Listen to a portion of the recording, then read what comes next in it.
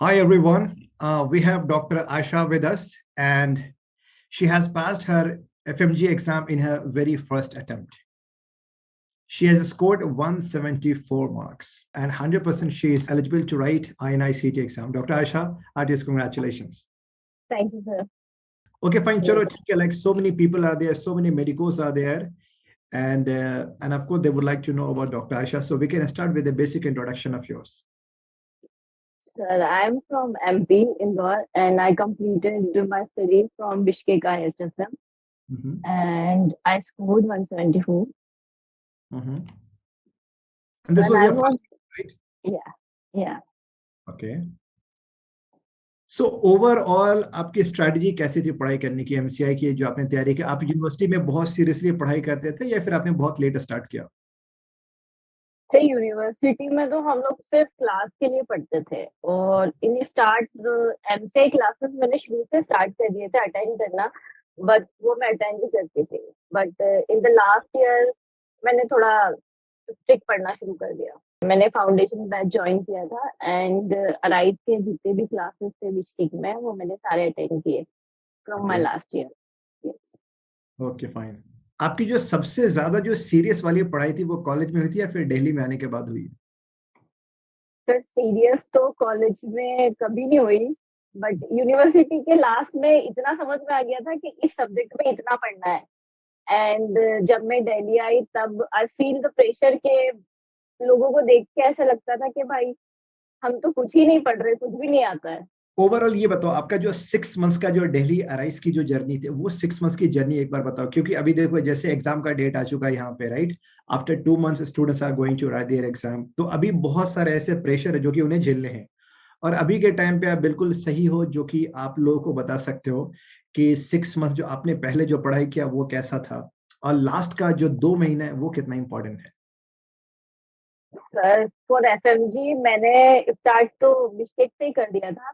In my last year सारे classes जितने भी अराइज नहीं किए मैंने सब अटेंड किए थे, बस याद करना नहीं बोल सकते, बस आई अटेंडेड। फिर जब दिल्ली आए तो स्टार्टिंग में पढ़ना शुरू किया। पढ़ते थे, रैंक वहाँ लगती थी, अराइज में रैंक लगती है, तो स्टार्ट में एक महीने में रैंक नहीं आई तो बुरा भी लगता था।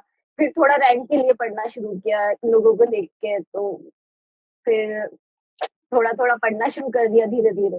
बट स्टार्टिंग में स्टडी आवर्स बहुत कम होते थे, हम लोग हार्डली क्लास के बाद 3-4 घंटे ही पढ़ते थे। बट जैसे जैसे एग्जाम करीब आता था हम लोग का टाइम बढ़ता गया। एंड लास्ट के 2 महीने में तो मैंने, ऐसा लगता है कि मुझे उतना मैंने कभी नहीं पढ़ा होगा जितना मैंने लास्ट में पढ़ा है। Even nice. मुझे मुझे ऐसा होता था कि ये टॉपिक मुझे खत्म करना है, तो उसको खत्म करने के लिए मैं पढ़ती थी। तो कभी कभी सुबह, I am not a morning person actually, मतलब 9 बजे से मेरा स्टार्ट होता था, कभी कभी 10 बजे और कभी कभी 11 बजे, but it's depend on my topic के मैंने कौन सा टॉपिक लिया है। तो कभी कभी 4 भी बज जाते थे रात के, कभी कभी 5 भी बज जाते थे, ऐसे खत्म किए टॉपिक्स।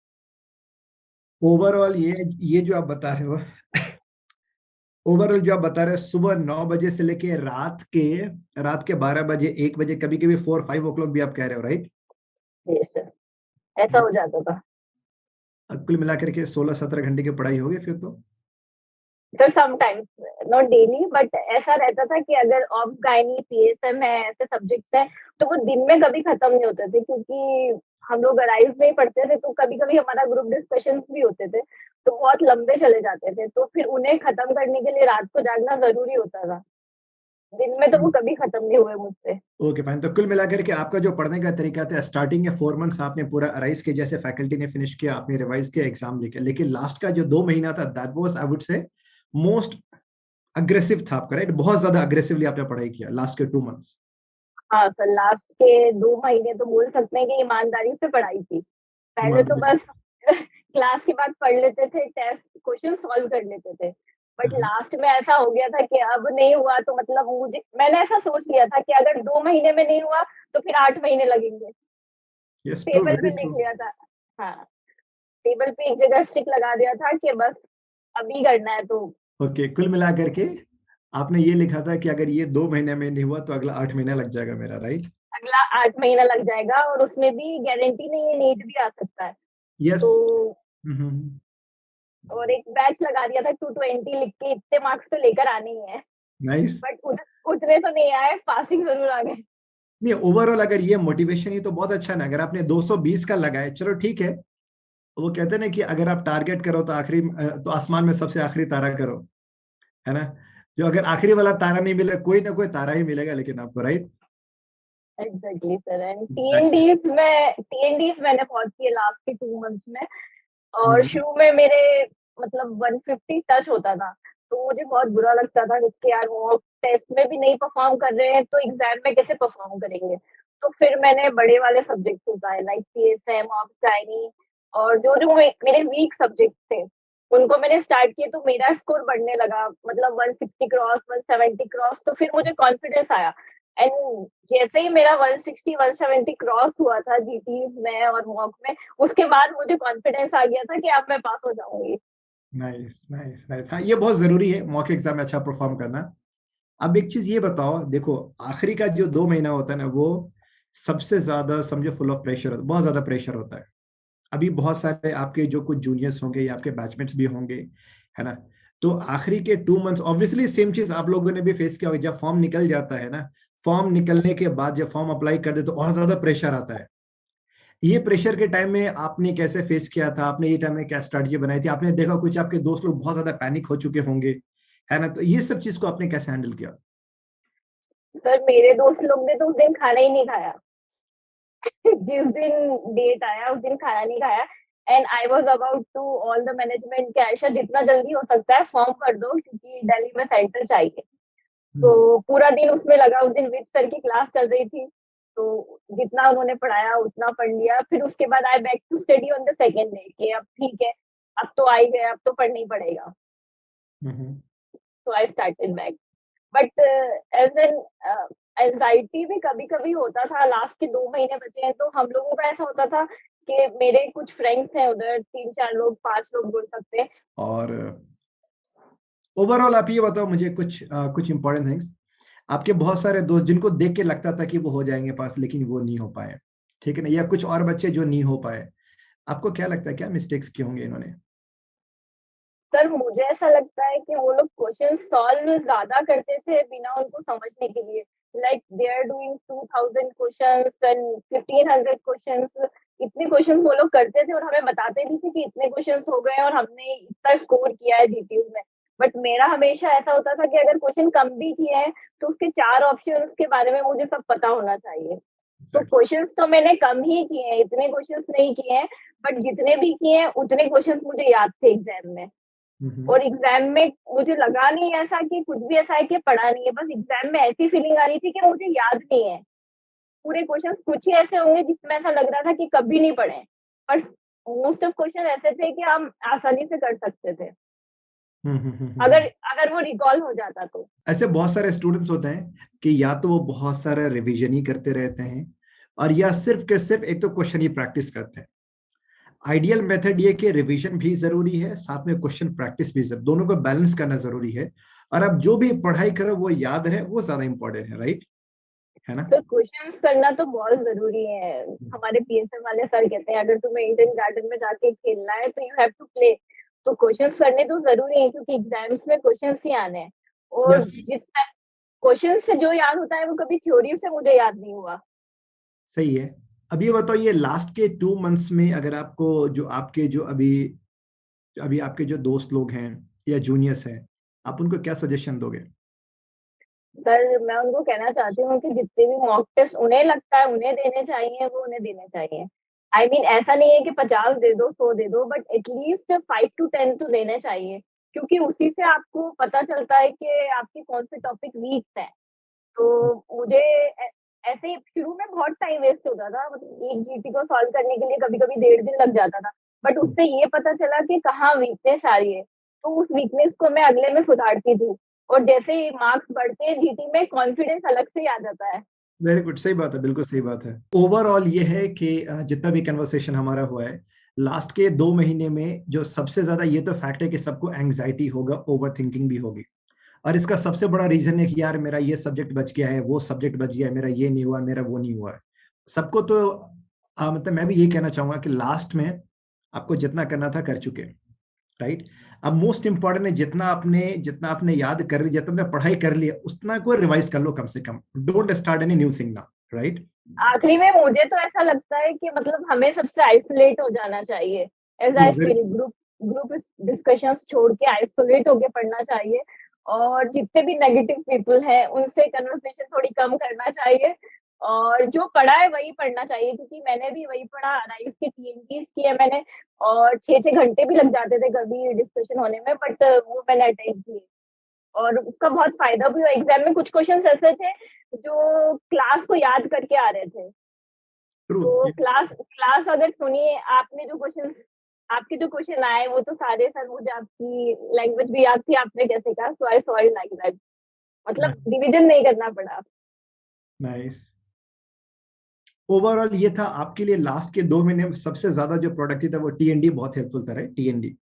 फिर टीएनडी हेल्पफुल था, प्लस मैंने क्वेश्चंस भी बहुत किए।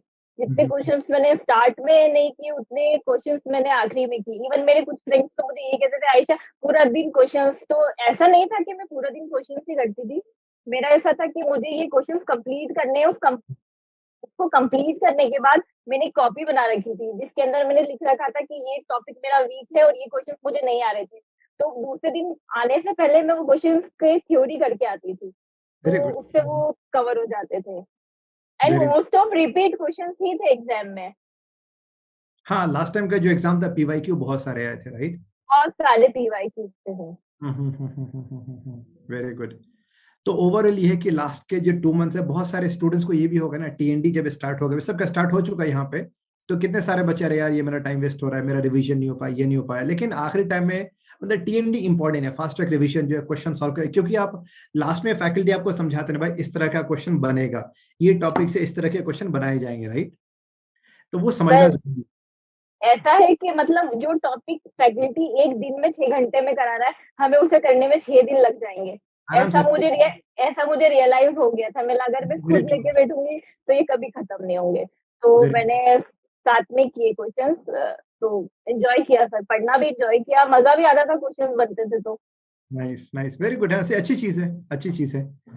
Okay fine. सो चलो, moral of the story, moral of the conversation overall ये है कि भाई लास्ट के 2 मंथ्स में जितने भी नेगेटिव लोग हैं उनसे दूर रहिए, आप अपने आप को आइसोलेट कर लो, बिल्कुल। जितना आपने पढ़ाई किया उसी को रिवाइज करो, बार बार रिवाइज करो, और टी बिल्कुल नहीं छोड़ना है आपने, राइट है ना? क्योंकि जो जो फैकल्टी आपको एक दिन में फिनिश कर रहा है, 6 आवर्स में फैकल्टी जो आपके लिए फिनिश कर रहे हैं, वो आपको खुद से करने में बहुत ज्यादा टाइम लगेगा, right?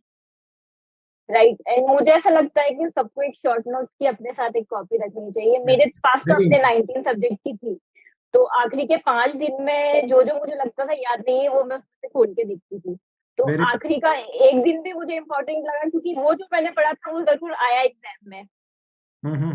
Nice nice, very good. Okay doctor Asha, चलिए आई थिंक कि जितना भी आपने बातें बताई यहाँ पे ना, तो मोस्ट ऑफ द स्टूडेंट्स जो हमारी बातें सुन रहे हैं यहाँ पे, जो भी इंटरव्यू देख रहे हैं, वो उनके लिए बहुत ज्यादा सपोर्टिव होगा।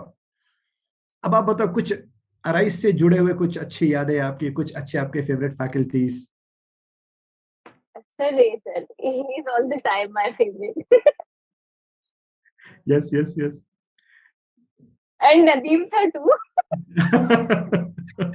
ओवरऑल आपका एक्सपीरियंस कैसा था यहाँ पे अराइज पे, दिल्ली पे, with faculties, with the management? Sir management में like Deepika ma'am is so nice to me, and हमारी दोस्ती वहीं से स्टार्ट हुई, and she is angel to me in Delhi, ऐसा बोल सकते हैं। She help me a lot. और जितने मैनेजमेंट के लोग बिल्कुल ठीक थे आपके लिए वहां पे दिल्ली पे?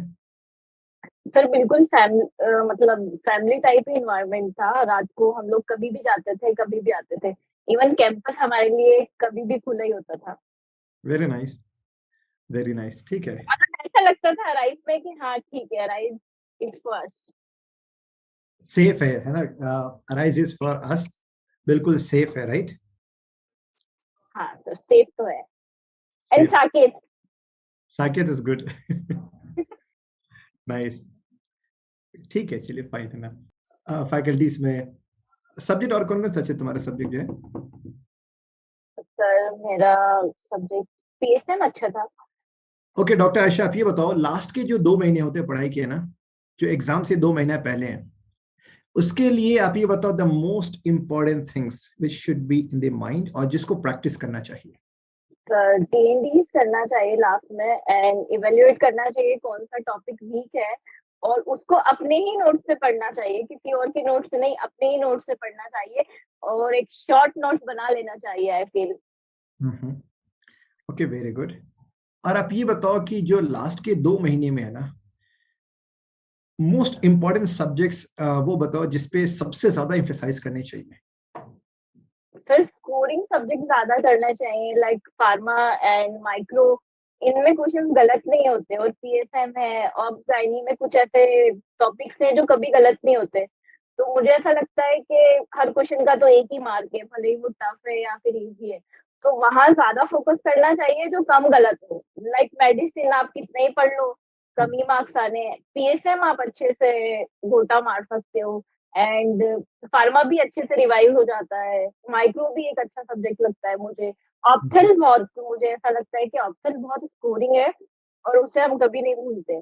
एंड मैं डर्मा भी स्कोरिंग है, derma ortho short subject radio, ये सब सब्जेक्ट आखिरी में बस एक बार देखने से ही काम हो जाता है। And even I seen last के एफटीआर जो सर ने कराया था उसके अंदर से 7 to 8 क्वेश्चन करेक्ट आ गए थे। Nice. डर्मा रेडियो का जो एफटीआर था उसके अंदर ऑर्थो, मतलब ऑर्थो मुझे कभी पसंद नहीं रहा बट उसमें से मेरे 3 क्वेश्चंस बन गए थे ऑलमोस्ट। तो मुझे अच्छा लगा कि शॉर्ट सब्जेक्ट भी पढ़ने चाहिए। I mean, if you want to cross the boundary by 150 or you are an average student, you have to read short subjects too. So, okay, Dr. Aisha, so overall, this was a good conversation. And I'm sure so many people are there who are going to watch this interview. And for sure, उनको बहुत ज़्यादा फायदा होगा। ठीक है, thank you so much. And I wish you all the best. आपका internship start हो गया है. So keep shining and keep flourishing. Wherever you are, keep shining. I wish you all the best. Thank you so much. Thank you, sir, and thank you, Arise, for everything. Nice. We're so glad to hear it. Okay, thank you. Wish you all the best. Thank you so much. Okay, sir.